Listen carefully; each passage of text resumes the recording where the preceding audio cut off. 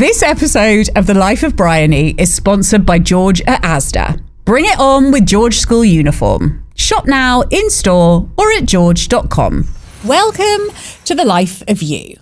Here's Sarah Vaughan answers some of your thoughtful listener questions and offers up even more candid advice on managing maternal mental health. I remember us leaving hospital with our firstborn in a baby carrier and putting her down in our house and just like being slightly terrified, looking at her like, what do we do now? Sarah's words of wisdom coming up after this.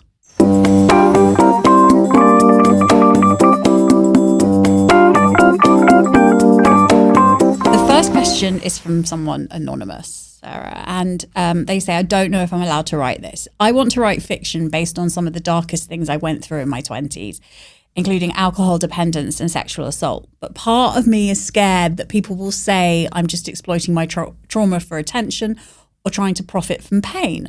I know the story is mine to tell, but I can't shake the guilt of fear of how it might look. Is there a way to write personal truth without feeling like you're exploiting your own past? I think that's fiction, isn't it? I mean, I think I've kind of demonstrated that. Yeah, but also I think this is not writing memoir. Interesting, but also it would be okay to write memoir. Do you know what I mean? Like, I think there is that notion, isn't there, as women as well, that we like shouldn't say that. Oh, it's confessional, but it's like that's okay. Like, why shouldn't we talk about these things? Yeah, I think you'd also want to think though, is there a market for what they used to call misery lit? Isn't it? I think the market has probably changed a little bit in the wake of the pandemic and the cost of living crisis and things, that people are wanting more sort of uplifty books or more cheerful books. But that's not to negate writing your story. That's your story. There's no shame in it.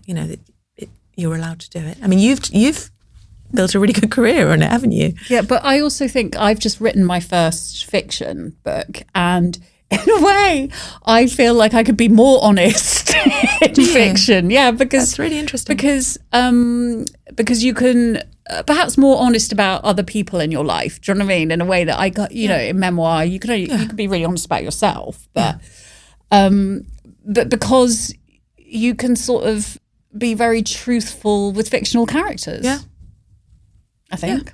Go for it. I think it's and I think also that thing of worrying that people might think you're being exploitative of your past or profiting from your pain is perhaps that negative voice is perhaps a sort of imposter syndrome coming in. Yeah, I'm guessing anonymous is female, probably. Yeah.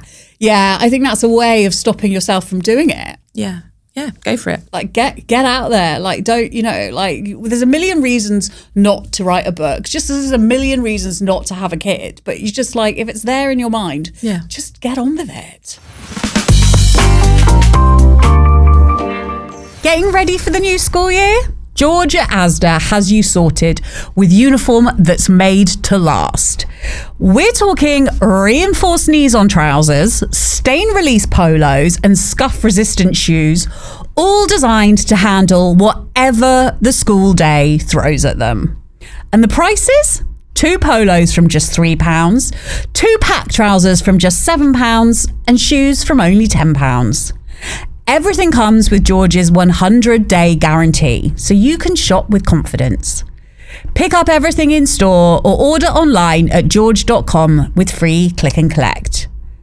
Bring it on with George School Uniform, in store and online at george.com. Available at selected Asda stores and george.com. Delivery charges may apply, subject to availability.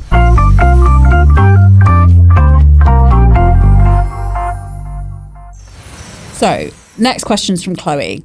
She says, since becoming a mum, everything I do feels wrong. If I shout, I'm a monster. Oh, this is relatable. If I stay calm, I'm a pushover. I've never struggled with self-loathing like this before. My own mum wasn't really cut out for parenting. She was quick to anger, and I often felt neglected, like I had to raise myself. I swore I'd do things differently, but now I see that same quick temper in myself, and it terrifies me. I think it's because I care so much, but that only makes the shame worse. Why does motherhood stir up so much self-judgment? And how do I stop repeating a cycle I so badly want to break? Oh, crikey, I don't think that's a fiction question. I think that's a therapy question, isn't it? I think there's a whole session in that. Yeah. I'm not sure I really feel qualified to answer that. But the judgment that we put on ourselves is... I think that's what Little Disasters is all about, really, about motherhood and judgment, and how I try to explore how as soon as you make a decision in your parenting, you're implicitly judging other women to validate yourself, whether it's breastfeeding or bottle feeding or routines or bedtime. I think it shocked me so much when I left hospital. I remember us leaving hospital with our firstborn in a baby carrier and putting her down in our house and just like being slightly terrified, looking at her like, what do we do now? And so I think it's terrifying, isn't it? It's terrifying, There is a lot of judgment that we make about. So I think be kind to yourself. Yeah.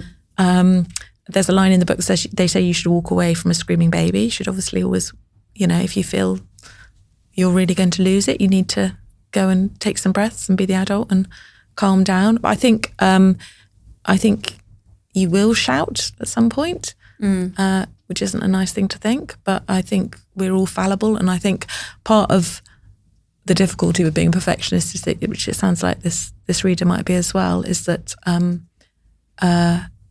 we're much harder on ourselves, obviously, about all these things. I think she shows a lot of self-knowledge, actually. Yeah, she's aware that she's quick to anger. She's aware she doesn't want to. And I think I'd say have some therapy if she can afford it. Yeah, I think if you can. And also I would say Go that to her GP. just by acknowledging that there is a cycle in your family, you are beginning you're one step to break ahead, aren't you? Yeah, exactly. Absolutely. I think there's so much, it's like awareness of, maternal and mental health. There's so much more awareness of, you only have to go on Instagram you can kind of have little therapy sessions, can't you? Just by reading. Yeah. Obviously, or sometimes not good, but, but there's a lot of resources out there. And also just to have a bit of empathy for your mum, because she was parenting you at a time when there was nothing, in terms of mental health awareness.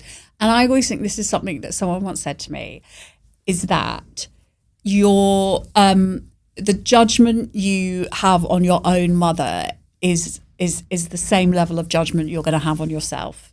So like the more empathy you can have for someone, the more empathy you can have for yourself. The kindness for yourself.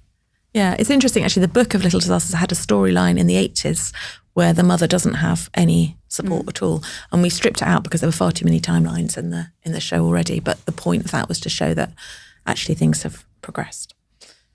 On which note, I should add that provision for maternal mental health is much better than when I had my son 17 years ago. So it's really improved since then.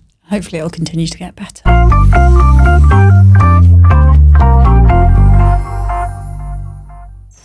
That's it for The Life of You. If you found some comfort or inspiration in this conversation, why not share it with a friend?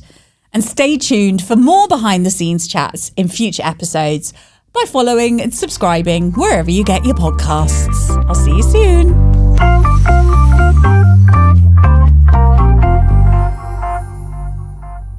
This episode of The Life of Bryony is sponsored by George at Asda. Bring it on with George School Uniform. Shop now in store or at george.com.